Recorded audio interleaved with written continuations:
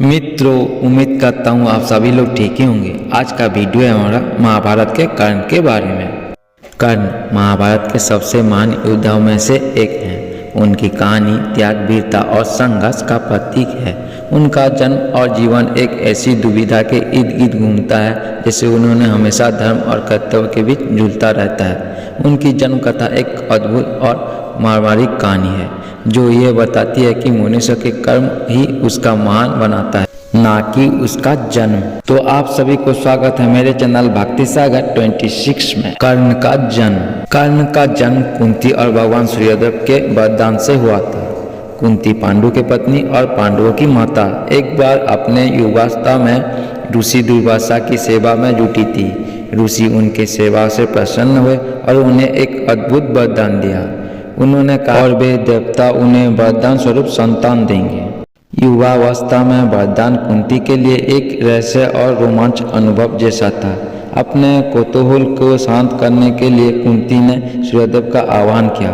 सूर्यदेव तुरंत प्रकट हुए और कुंती को एक तेजस्वी पुत्र का वरदान दिया। ये पुत्र कवच और कुंडल के साथ जन्मा था जो उसे अमरता और अद्भुत शक्ति प्रदान करते थे। हालांकि कुंती अविवाहित थी और उस समय समाज में अविवाहित मातृत्व को कलंक माना जाता था।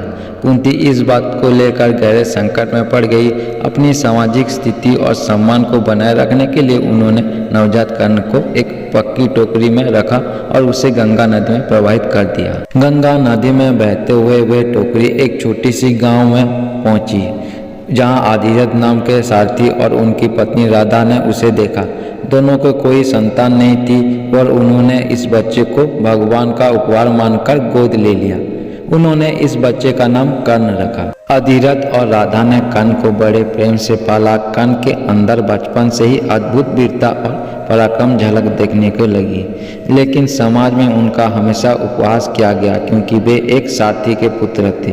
कर्ण ने बचपन से ही इस अपमान और असम्मान का सामना किया जिसने उनके अंदर एक अदम्य जिज्ञासा और संघर्ष का भावना का जन्म दिया। अपने बचपन से ही ये ठान लिया था कि वे एक महान योद्धा बनेंगे।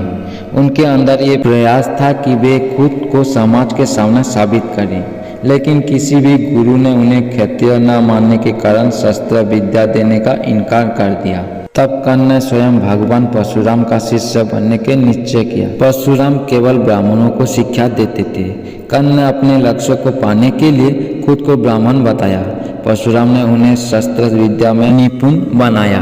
कर्ण की प्रतिभा और परिश्रम में उन्होंने धनुर्विद्या का महान योद्धा बनाया। परशुराम ने कर्ण को अपने सबसे प्रिय शिष्य में से एक मान लिया था, लेकिन एक दिन जब परशुराम कर्ण की जांघ पर सिर रखकर सो रहे थे तो एक कीड़ा कर्ण की जांघ में काटने लगा।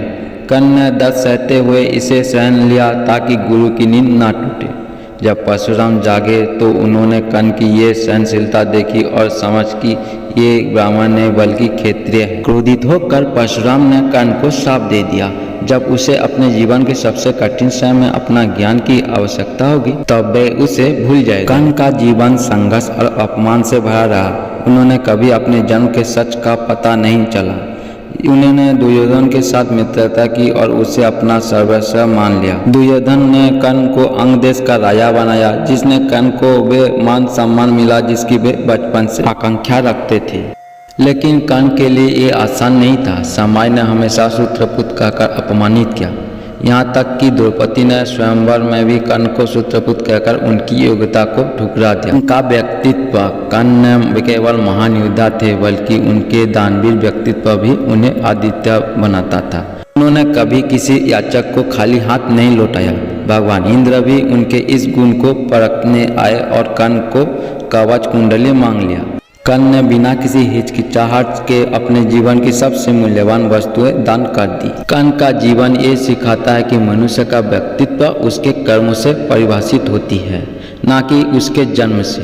कर्ण ने अपने संघर्ष, त्याग और साहस के माध्यम से ये साबित कर दिया कि विपरीत परिस्थितियों में भी अगर मनुष्य अपने आदर्शों पर अड़ंग रहता है तो वे मान्यता प्राप्त कर सकता है।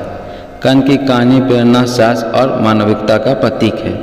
मेरी ये वीडियो आप लोगों को अच्छी लगी तो मेरे चैनल को सब्सक्राइब करके बेल आइकन को प्रेस करके और नोटिफिकेशन को ऑन कर दीजिए, जिससे मेरे आने वाली हर वीडियो आप लोगों को मिल सके। जय श्री कृष्ण।